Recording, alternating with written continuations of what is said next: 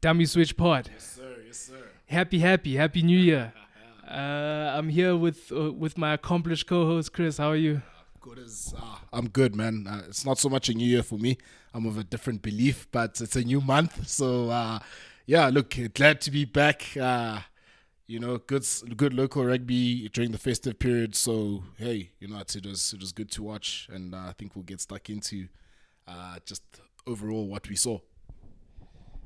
Yeah, SA derbies in this festive rugby. 31st New Year's Eve. We also saw a festive Kolisi. Festive Kolisi, first of its kind. Like festive rugby, festive Kolisi is something real, and I think it's something that we should make note of. The guy is really playing, and we must also note that it's a departing Kolisi, well, at least after the World Cup. Yeah, look, we like the festive Kulisi, I think, look, there's just that level of assuredness in his play, but also just, the Sharks in general as a team. Over the past few weekends, we've seen that there's a bit of a focus, and they have control. It looks like they've got control in what they do, because that's what they did to the Bulls this past weekend. They controlled them. And it allowed us to see the festive coulisses, and hopefully we can see more of that leading up to the internationals at the World Cup, because we've said it before, we feel that and believe that you're gonna need a lot of different attributes or different aspects to your play to win the World Cup this time around. But yeah, no, we happy, but also sad that it's a short stay, but also understandable, because if he can have an impact at the Sharks, which clearly he has. Everywhere he goes, he's got that impact. Good on him. He's got to cash in. It's only logical. He's got to cash in. Because a rugby player's career is not long. Yeah, and if I'm being brutally honest as well, we don't see too many black players make the flight overseas to start playing their rugby that side. We don't really see that kind of thing. To be quite honest with you, there's I don't want to name names, but there's guys that you would have seen in Alliance side maybe 10-15 years ago, at lock that. And these guys have contracts in Japan and you think about all the black players that we have, and not too many of them go over. So yeah, good for Sia. Good for Sia. Good for Sia. Good for SA Rugby.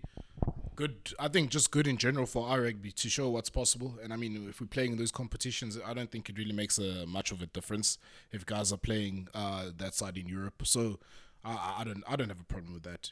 As long as maybe we can try to deliver at least a trophy to the Sharks, then I'll be happy. Sia Kolisi, keep getting those checks. I want to see you play until that guy can be even 45 playing. Tom Brady. We can see something like that from him. But yeah, if we're talking Sharks versus Bulls, it's boys versus men. If we're being totally honest, my thing, the Bulls have that playing style. It's an attractive playing style when they get it going, but they're a bit lightweight. Yeah. That at the end of the day, they're a bit lightweight when they come up against teams like the Sharks, where you've got your Mbonambis, you've got your Etzebeth. From word go. Yeah. From word go, he made it known that he was there. So statement game for him, I think, as well. It's just it's boys versus men. They put their foot down, and the thing is, the Bulls, they have that playing style. That's plan A. What's plan B? Plan B is to play even harder. Yeah. And the thing is, do the same thing but do it harder.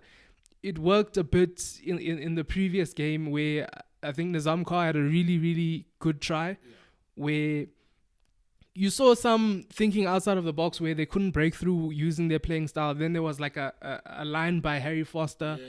I don't know if you remember that, but there was just like, if you're going to play that way, that's how you need to elevate. Yeah. That's how you need to elevate. Because when the Sharks try and play the ball. When it's not working, they go back to keeping it tight, hitting with the forwards. That's when the Gerbron Groblers, Etzebeths, and Mbonambis, that's when these guys really, they get stuck in Oxenchair, Dutoy. Yeah, and the Bulls don't have that. The Bulls can't say, let's go tight. What do? They start playing faster and they start playing harder. It's like the Lions. It's the same thing. Yeah, look, I think if you're a Bulls supporter, you'd be disappointed, actually. in terms of what's going on with the Bulls. They just seem to have hit like this plateau and they can't get out of it. You know, from I think a performance point of view, energy point of view, yeah, and inconsistency.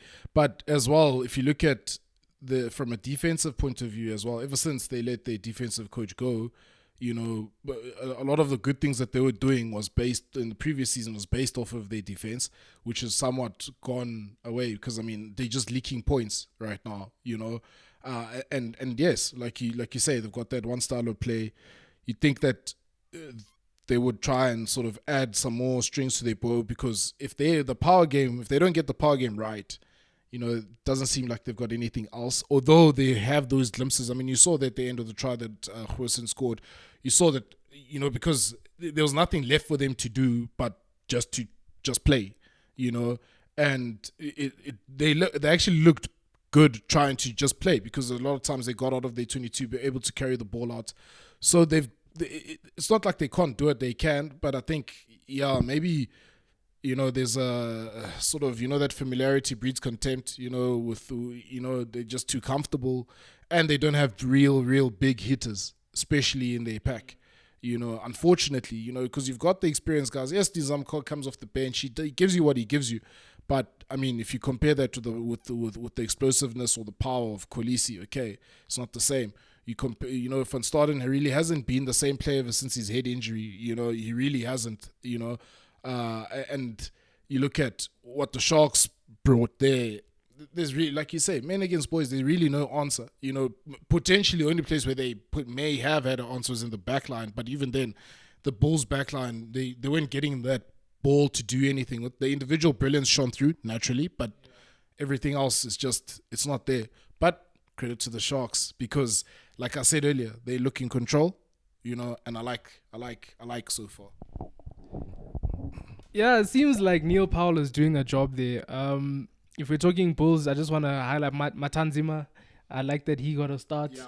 They even said that, you know, they looked in his eyes and they said he was ready for a start. He was hungry for it, and he plays like that, that raging bull, that hungry bull. But you think even Huijsen, there was a lot of talk about Huijsen being that fly half, especially after Elton Yangshi's debacle. It was now like, who's gonna step up? And Huijsen, yeah, I think it's even Chris Smith. Guys are even saying Chris Smith is the guy to step up. No ways. At one, we already know what it is. At one stage, guys wanna still. It's like, what must Lubbock do? What must Lubbock do? You know, what must he do? He's the guy. Even Elton, you see what he's done. Yeah, I think it's what must one do, what has one done already, and you still have questions with these players. And I think we know why there's still questions about these players. But alas, that's for another podcast. Rowan Janssen van Rensburg, I think he had a big 2 weeks picking up meters, and he plays with a kind of an aggression. There was one time where he was standing over the Bulls hooker, and he was bullying him, man.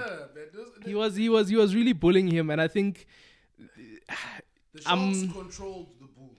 What I'm gonna say is, if there was another Springbok center that was doing that kind of thing, named Jesse Creel, there would be a lot of talk. Yes. But people are quite quiet for someone like Rowan Janssen van Rensburg, and you can say that no, one plays 12, one plays 13. Van Rensburg also plays 13. So it must be noted. Yeah. It must be noted. Other players, I think Puta Chamberlain is coming along very nicely. Yeah. I think he had a very good 2 weeks. Yeah. The Sharks, you guys. And then there's Lazarus. They came back from the dead. Kern Bosch. No, that guy's he's a real life Lazarus in the modern day, because look, he's looking all of a sudden, you know, I mean, even look at him defensively, because that tells you the way he is mentally. You know, he's literally getting his shoulders in. I mean, and he's not afraid to get stuck in. You can see there's a shift in terms of the confidence that he has, clearly, you know, and not credit to whatever the coaches are doing to get him to that level, because many have clearly tried and they've failed. And now we're starting to see something, you know, and like you say, Buta, But for me, Van Rensburg, the difference for me is the person that he's playing next to, because I think when you've got Lucanio Arm next to you, you have to elevate your game. You can't just be, you have to give the guy, something to work off. You got to let Picasso work, man. Give him the canvas, So, yeah, I think he's been doing well, and you see the meters that he's getting. And look, he's a capped Bok. He's been around. He's gotten that experience. And in terms of what he brings, there's a point of difference that he brings. He's got that physicality. He can carry Route 1 if we need him to. And he's better than Estazen. Look, he is. Unfortunately, look, as much as I was, I still back Estazen, but they both played for the Sharks. Yeah. So now you can tell the truth.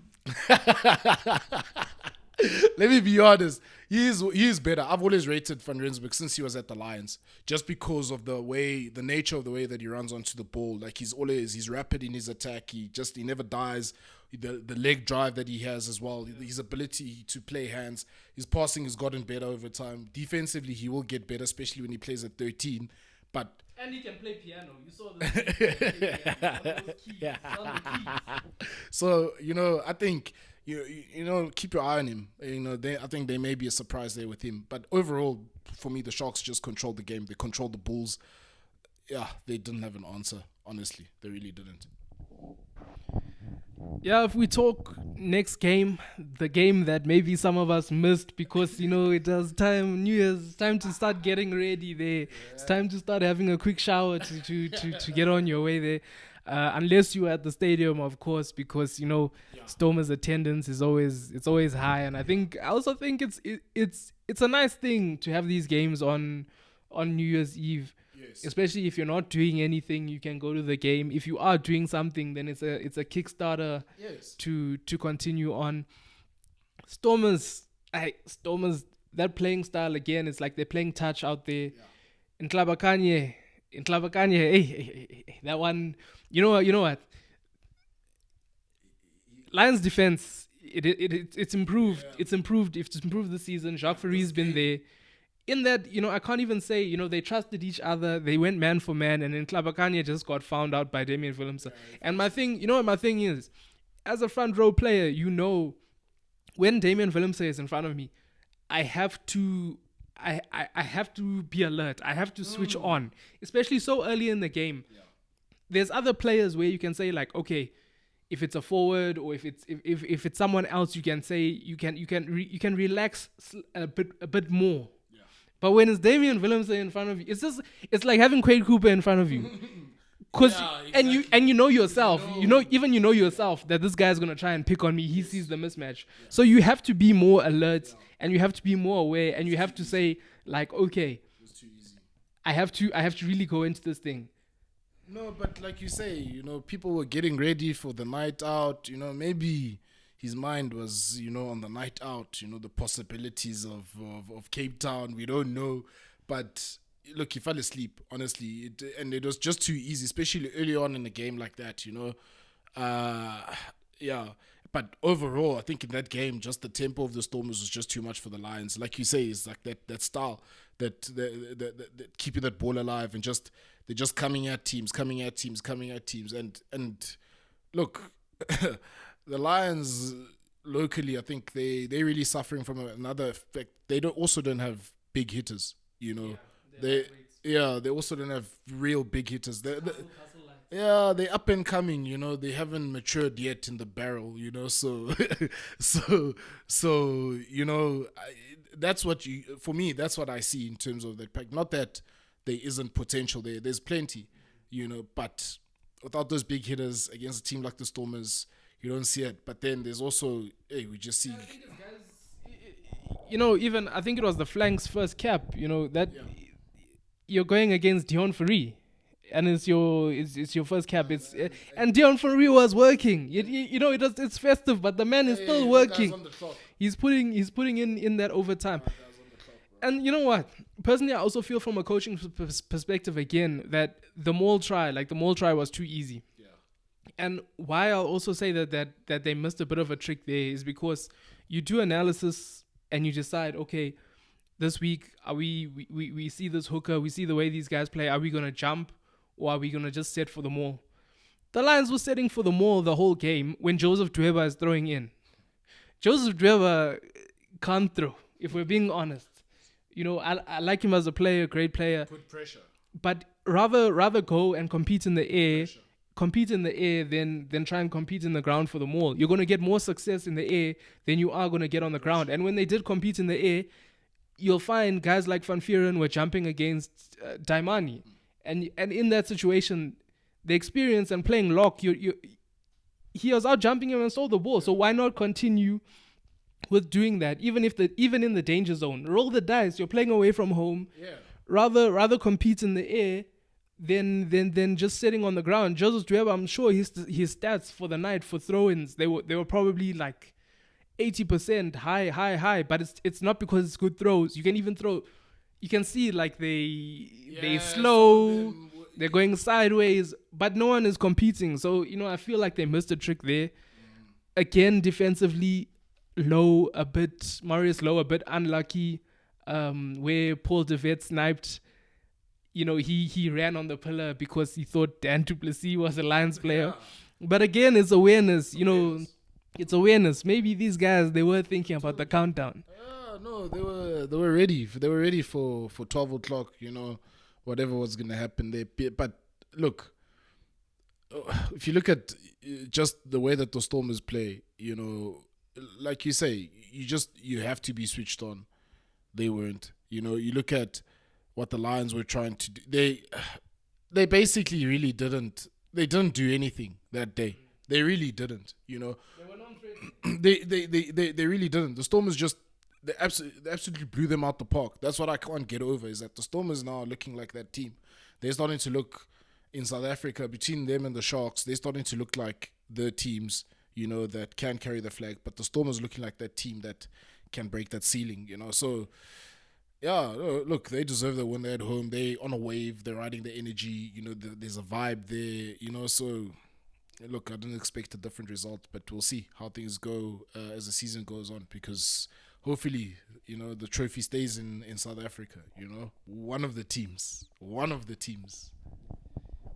Yeah, I think the only positive for the Lions was Edwin van der Merwe. I think he put in one of those I'm going home performances to my old club. Those ones where it's like, I'm going to show you. Still good. Yeah, even Henko van Wyk, he's also he started with a bang, but fraud watch slowly. Maybe I'm being too harsh, but I feel, the thing is, I also feel like if you're going down there and you know how these guys play, try something different. Yes. Try get in their heads. Try do something. Come, if you know, guys, listen, we're not going to beat them on talent alone. We're not going to beat them on this alone. We need to come with something different. Yeah. Come with an edge.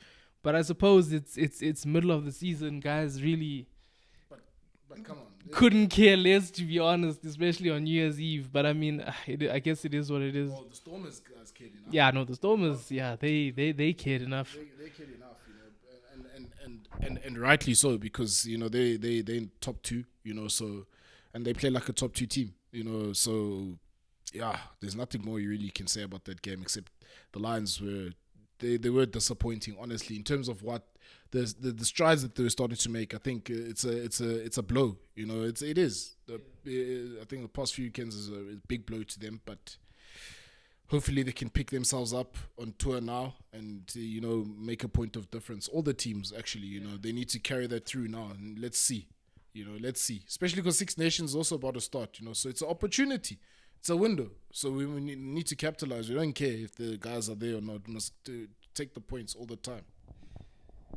Yeah, even you mentioned guys not being there for them. Even for us, there's certain guys that haven't made the trip. There's been a lot of talk this week about 40-hour travel times, 24-hour travel times, guys getting here, there, and everywhere, economy through Qatar. There's been a lot of talk about the travel and things getting better in the future. Even revenue sharing getting better in the future, but I suppose you just have to get on with the job. They're the pioneers. They say the lead cow gets whipped the most. Yeah. So these guys, they're going through something that potentially could benefit SA Rugby in the future, but right now, it definitely isn't. It's tough on the guys.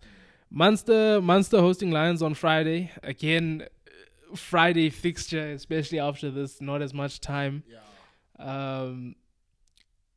I think it'll be a good game. Good game. Lions tend to do well on tour, but I don't necessarily see them winning. I just see them being up for a game, and I think it will be close as well. Owe it to themselves. Yeah. Bulls, same thing. I think Bulls, especially in Wales. Wales, if we're being honest, it's a bit of a joke at times. They owe it to themselves as well, the Bulls, and no excuses about these guys economy flights, whatever. Yeah, no excuses. They owe it to themselves, man. Yeah, Sharks. I think Sharks will run into. No, I feel like here they're gonna run into a bit of trouble. But that's what I'm saying. Back it up. They have to back it up. They have to back it up. But I think they're in the most danger out of all of these teams. I feel like even going away, we are confident because we have been getting those wins away. But I think Sharks most trouble, Stormers most time. Playing on Sunday.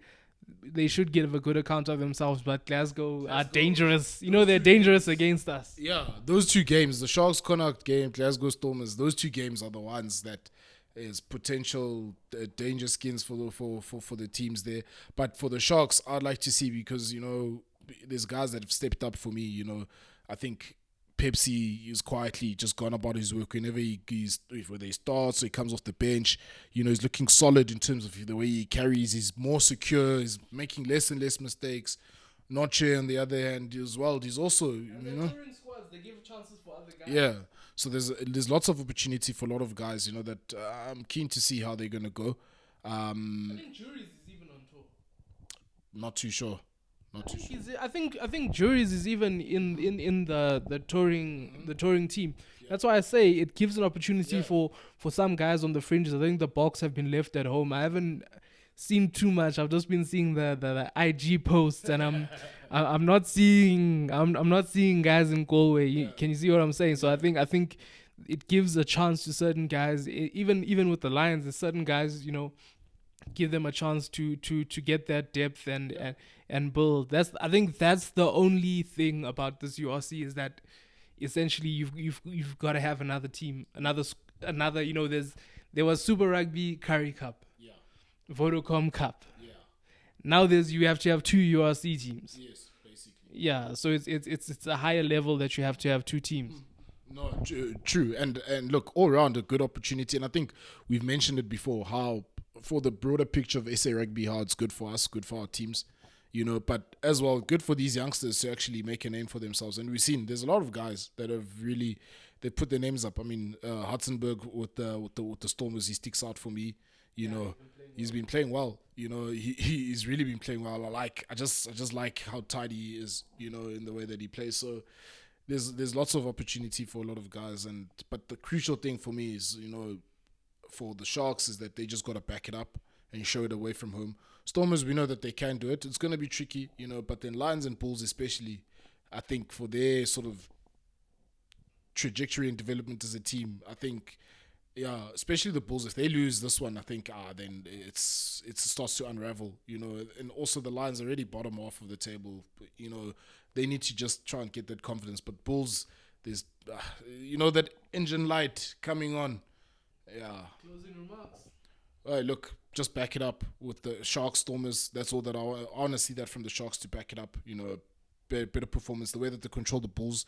Then you try to impose that same control against opposition teams from overseas. Stormers, just to, Glasgow is going to be tricky. They need to match them, and because Glasgow are going to want to play, depending on the conditions as well, And then, Bulls, Lions, I said what I said, so, yeah. Let's see. Yeah, man. Similani also given a chance at 13. Given a chance at 13, I won't go into depth. Dummy Switch Pod, New Year's resolution for us is drop Jesse Creel.